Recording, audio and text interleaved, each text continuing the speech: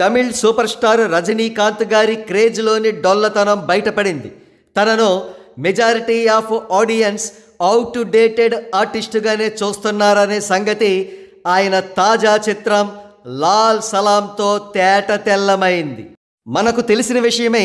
రజనీకాంత్ గారి previous film Jailer megastar Chiranjeevi గారి భోళా శంకర్కు అపోజిషన్గా రావడం వల్ల మన తెలుగు మీడియా జైలర్కు విపరీతమైన హైప్నిచ్చింది.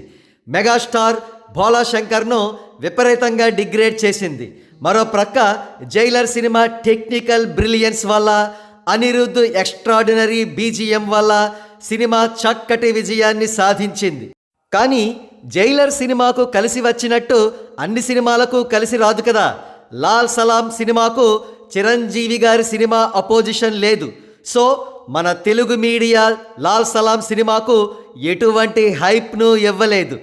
ఏ హైపు క్రియేట్ కాకపోతే ఎటువంటి దుర్భర స్థితిలో ఒక రజనీకాంత్ చిత్రం ఉంటుందో అనే విషయాన్ని లాల్ సలాం నిరూపించింది.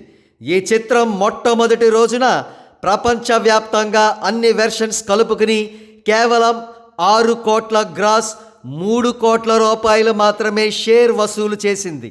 ఈ సందర్భంగా లాల్ సలాం చిత్రాన్ని పవర్ స్టార్ పవన్ కళ్యాణ్ గారి బ్రో సినిమాతో పోలుస్తున్నారు సినీ అభిమానులు. ఎందుకంటే లాల్ సలాంలో రజనీకాంత్ గారిది ఎక్స్టెండెడ్ క్యామియో రోల్. ఫస్ట్ హాఫ్లో ఆయన రోల్ అరగంట పైగానే ఉంటుంది. సెకండ్ హాఫ్లో పూర్తిగా ఆయన రోల్ కంటిన్యూ అవుతుంది. అదేవిధంగా బ్రో సినిమాలో కూడా పవన్ కళ్యాణ్ గారిది ఎక్స్టెండెడ్ క్యామియో రోల్. కానీ బ్రో చిత్రానికి మొదటి రోజు వచ్చిన షేర్ ఎంతో తెలుసా? 30 కోట్ల రూపాయలు పైగానే. అంటే లాల్ సలాం కంట 10 రెట్లు పైగా షేర్ వసూలు చేసిన చిత్రం పవన్ కళ్యాణ్ గారి బ్రో. ఈ సందర్భంగా పవన్ కళ్యాణ్ గారి అభిమానులు రజనీకాంత్ గారి క్రేజ్ కంటే పవన్ కళ్యాణ్ గారి క్రేజ్ 10 రెట్లు ఎక్కువ అని కాలర్లు ఎగరవేస్తున్నారు.